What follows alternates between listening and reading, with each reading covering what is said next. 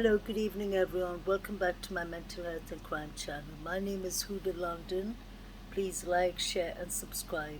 I'm a licensed cognitive behavior therapist and a mental health counselor. Today, I'd like to talk about an important topic. It's about social media and the impact it has on people's mental health well being and physical well being. Social media is a tool that can be used with positive benefits, and at the same time, it's a tool that can have negative impacts. It just depends on the boundaries and it depends on how we use it, how we choose to use it. A choice is something that we have, and we should know when to use it right and to always use it right. I believe social media has a lot to do with boundaries because there should be clear boundaries about what behavior is acceptable on social media and what behavior is not acceptable. What is professional, what is unprofessional. What people don't realize is once you're kind of harassed or bullied in social media, or somebody exposes something of yours on social media, it leads to mental illness. It leads to suicidal thoughts. It can lead to a lot of damaging things. There are many people who suffer of anxiety, depression, and other mental illnesses that we may not be aware of. Sometimes people are not aware that they suffer of a mental illness. It does happen very often until something triggers it up badly for the person to do something outrageous and get locked up and get help. Many people do not realize they even have a mental illness or have a bad addiction. So when people are on social media, we are dealing with sociopaths on keyboards. We are dealing with antisocial personality disorder people on keyboards. We are dealing with people who have no boundaries, no respect on the keyboards. We could be dealing with people who have no empathy and no sympathy on the keyboards. We don't know who the other person is. They can just put out any fake picture and a fake name and you wouldn't even know who they are. That's why it's really important to be extremely careful and reasonable with who you give your private information to. And when people, creators and other people get hold of people's information, you all need to be wise enough and understand that not only does this shatter someone's life and their mental well-being, this is illegal. There is online police, law enforcement following all the behavior and all the threatening harassments and the behaviors going around in social media.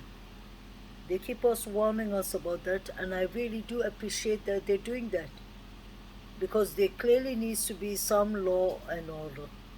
It is sad that we as grown-up people from all kind of ages on social media still look like we need the authority to come and even interfere in our social lives, because the people, the YouTube creators, are getting authority involved.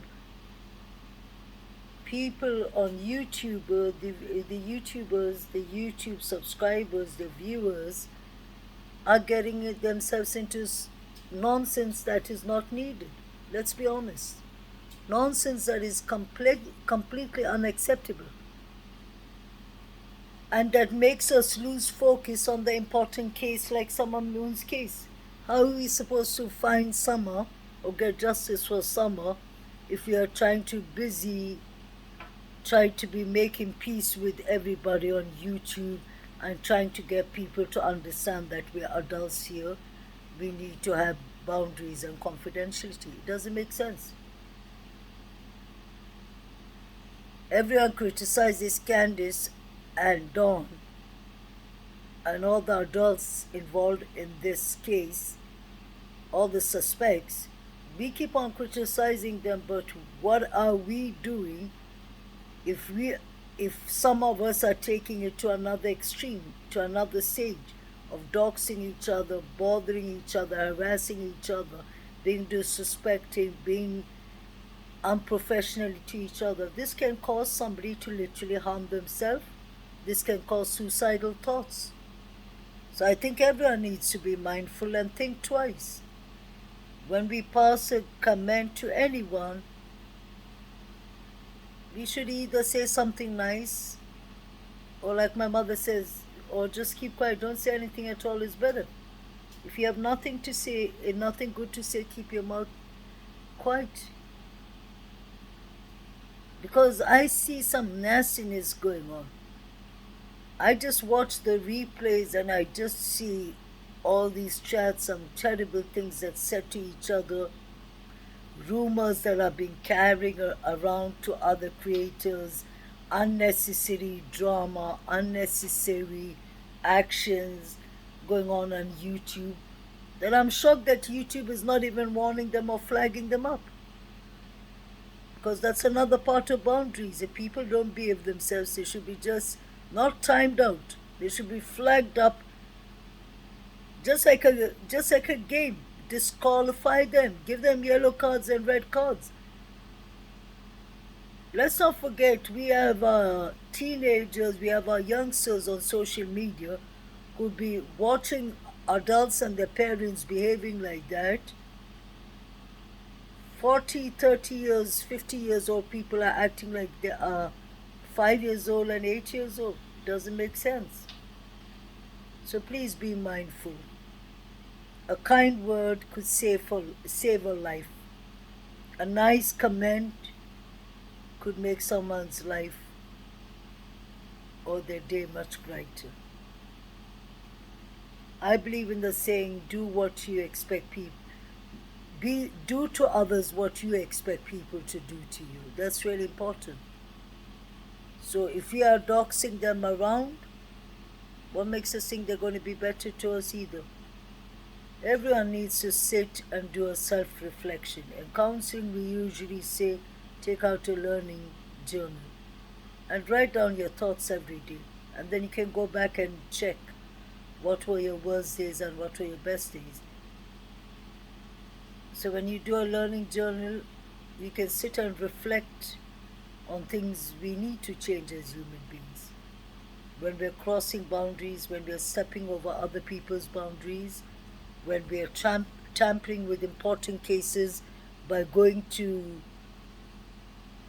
Tennessee and going to Candice Bly's house uninvited. Let's not forget for a second that nobody has been arrested or nobody has been accused of foul play yet.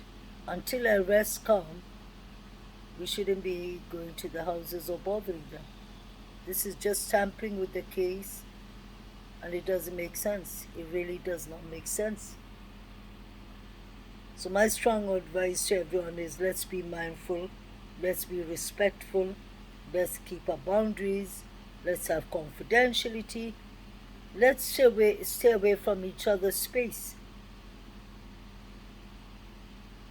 Because this seems like what happening on true crime recently, it seems like this is going out of the scenes and it's going actually to people's personal space, personal lives, people's workspace, and that is not right. That is a part of harassment. That's cyberbullying. There are many YouTube creators who have, not many, but there's a few that have killed themselves in the last couple of years. And we don't know what they suffer of. I'm sure most of them was depression and anxiety, but these are the things, these are the exact examples what's going on with all the doxing of information and all the negativity that is being spread on social media can actually lead people into suicidal thoughts. So please let's be mindful about that.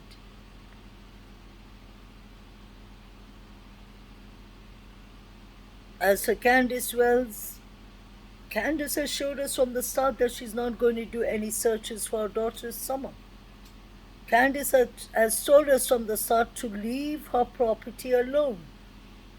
Donna said that too. I know it irritates and frustrates us not to get answers, but then we have to obey the law and order. We can't just be pulling up to people's houses and feeding their dogs and cats. That was a kind thing to do, I'm sure, of Ernie, but then you can't step across people's boundaries. And by people going up to our properties, God forbid, if Summer is buried somewhere near the properties, y'all could be tampering around with evidence. None of us are licensed law enforcement here. And even if you're licensed law enforcement, we are not the TBI and FBI of Tennessee. Let these people do their jobs, please. We need justice for this little 5-year-old girl who was neglected, who disappeared, vanished, like Dawn said, got gone for no reason whatsoever. This is wrong. Summer deserves her justice. Sincere and Classic deserve their justice. Lena Sadat Keel deserves her justice. Michael Monkey Wong deserves his justice. Susanna Morphew, Mai Mayor Mileti, Dee Warner, all of these people deserve their justice. But justice comes for those who are patient. Justice doesn't come with force. Justice does not come by being rude and unkind to each other. Justice doesn't come with threats. Justice doesn't come with tampering with evidence. Justice comes in a right way. It comes in being patient and let the professionals, the TBI, the FBI, law and enforcement in Hawkins County in Tennessee, all the people who are working active in this case, let them do their jobs.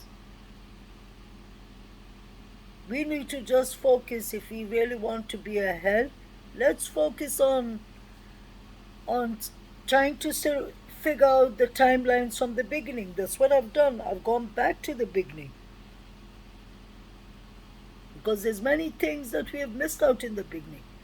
There's many of the interviews that we've heard over 100 times, but the more you hear it again and again, you start finding a bit of things like you'll be thinking, hold on, I didn't hear this before. So it's good. There's many things we are catching on by watching things from the start. From the first day that the Amber Alert was put out. I'll give you a good example that I keep on saying. For me, if I look at the red flags, the first red flag is that they gave a wrong description of Summer. They said she was 4 years old, not 5 years old.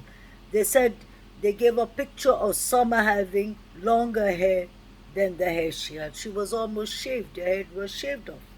Her hair was shaved off. That is the biggest description, because to search for someone who's missing, you have to give the right description. Why would someone intentionally give law enforcement the wrong description? It's because they don't want their child to be found.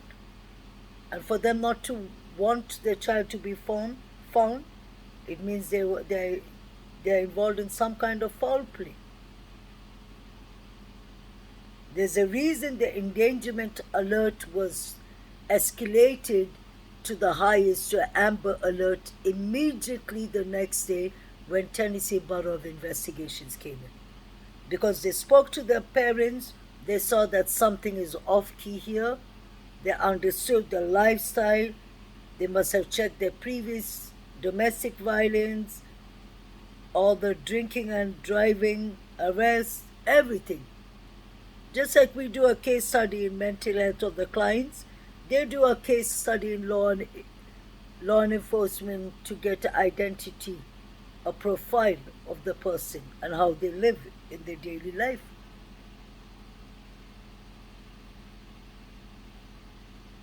So you can see so many red flags with the description of summer being wrong, the timelining being wrong. All of these people can't seem to remember timings. We have Hunter who said, "Oh, I'm not good in timing. I can't remember what I ate yesterday." He has a mental health illness, so we can say that, okay, it's maybe because of his impulsive ADHD. He was over yawning, if you ask me. He wasn't, that's not normal to yawn like that, with or without medications. Like he said, I'm street smart. He thinks he's street smart, so all the yawning and all was his street smart style. That has nothing to do with mental health. I really do not believe it has a lot to do with mental health. People yawn, but people do not yawn to that extreme. His mother coaching him, telling him to say that he was in the park when Candice called him at 7 o'clock. That is a massive red flag. And that I pointed out many times. Because the question we should be asking ourselves, if he was not in the park, where was he? That is very important to find out. Say, Alison, if you ever watch this clip, where was your son? Why were you coaching him to say the park? And that is at 1 hour and 34 minutes in the interview from the interview room. Chris, who did an excellent job. Please like, share, and subscribe to Chris. Let's not forget one good news that I still have confidence is Don has told that to Chris in the interview room, in the interview, and he said that to the behavior panel too, in their interview. He said that the TBI took a lot of stuff from the house and the FBI, but he said there were two things that they did not register, what they took with them. It was the Canon family camera, and it was the two TVs in the house. That's why I'm saying TBI is working on the case. So we don't know what they found. They're saving that for the grand jury or for the courts. You can imagine that is a very smart thing that TBI did, and obviously that the professions, because that camera, he said, was his family camera for many years. So that camera will have all the pictures of every holiday they've been to, all the children's pictures, so that can give the TBI, FBI, law enforcement a place to work on and to start on and to search maybe those places, which they definitely have done. They're not going to tell us, oh, we found this picture on the camera, so we decided to do 2 or 3 searches, example in Kentucky and here and there. They're not going to tell us. So something is getting done behind the scenes. They keep everything to their vest for a reason, because look at all the madness that is happening. Then you have Jody Sue Brown, who's not telling the truth. I've said that from day one. I've been pointing out Jody Sue is nonsense for a very long time, because her timeline does not make sense. She seems to be hearing cars and cars slamming and a car driving up Dawn and Candice's driveway. If she saw so many things and if she heard so many things as a neighbor who has children, I don't understand why she didn't call law enforcement. As a concerned neighbor who has children, you would think number one for yourself and your kids, and then you would think about your next door neighbor who has children too. So that doesn't make sense. My first red flag with Jody Sue Brown is when the sheriff says it was not an abduction, that there is nothing to do with Jody Sue Brown's story. He doesn't believe it is related to Summer's disappearance. I take that to be very serious. That means, in other words, for me, I personally believe Sheriff Ronnie Lawson is saying, he said that twice, and he said even the TBI said that. It's on the clip, it's in one of my clips that I put in recently. It is, I think, a couple of days after Summer went missing. So he has clarified that a couple of times to us that there was no abduction, and he doesn't know in other words, what Jody Sue Brown is talking about. So if Jody Sue Brown heard yelling and she said it sounded very like an animal scream. So I wonder if she heard that, could it? The only thing that I can see is if Jody Sue Brown is telling the truth and if she's not involved with the usual suspects, then that means maybe Candice came back from a trip or from a walk to a deal or wherever, and when she came back she must have saw an accident took place and someone was deceased, God forbid, and she yelled. That can make sense. But Jody Sue's saga is like a continuous saga with a seagull. That is the reason I don't believe in Jody Sue Brown. I absolutely do not believe. I'm not saying that Jody Sue did something to Summer, but I'm saying Jody Sue is hiding more information than she's telling us. Not only to us YouTubers and to the public, but I believe she's hiding the right information. She's hiding it from the TBI. In case y'all didn't notice, that's what I noticed right from November, December. How come Jody Sue Brown, Dawn Wells, Candice Wells, and Candy Hera Grandis, how come they all four are running with the abduction theory? It makes me believe that Jody Sue is part of the crew. She's the neighbor. I don't understand. And there was a dispute about the land, like she was saying on the news. So I don't know if that is all involved, but there's something going on there that's not right. I don't trust Grandis either, because she doesn't seem to be very clear with her timeline. She managed to add the children Summer later in her conversation. She said, I remember her saying that when the children was helping us with the groceries, the boys helped us with the grocery.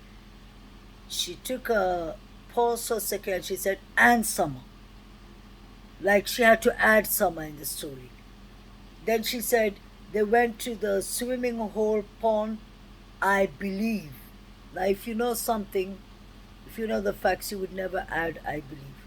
There's a lot of red flags with the interview. And I don't believe Grandis went to the swimming hole. It was too steep of a hill for her to go down with an inflamed knee and with a knee bracelet. And she went to the ER. People go to the ER on emergency situations. And when you usually go to the ER and you're in pain, the only thing you would think about is, oh, I need to go home and lay down and use my medication. So there was too much movements going on for Grandis. There's many things that does not add up, and I hope they come to the bottom of this. And we need to stop all the YouTube creators who are running around with Rosemary being alive. Rosemary is an active FBI case. We need to stop giving her 2 teenager daughters and her mother not only a headache, we need to stop giving them PTSD. That is really wrong. We are just leading the 2 teenager daughters to getting mental illness. Guys, we are dealing with real people's lives. So let's be mindful and respectful. Let's keep our boundaries. And let's stop harassing Candice and going to her house. There's no point. Candice should go down for negligence. I do agree she should go down for... I would have arrested her just till she comes out to the truth what happened to Summer. Because Summer was under her care. Anyway, guys, let's learn to love, respect, cherish each other, be mindful to each other, show love and respect to Summer's case and other cases. These are victims. It's really sad that all this craziness is going on, all this unprofessionalism, it can lead to suicidal thoughts, and it can lead to someone really. We don't know how weak or how strong people are in their mental health and their mental well being. So let's not push people to the edge. Anyway, guys, please like, share, and subscribe. Thank you very much. Goodbye.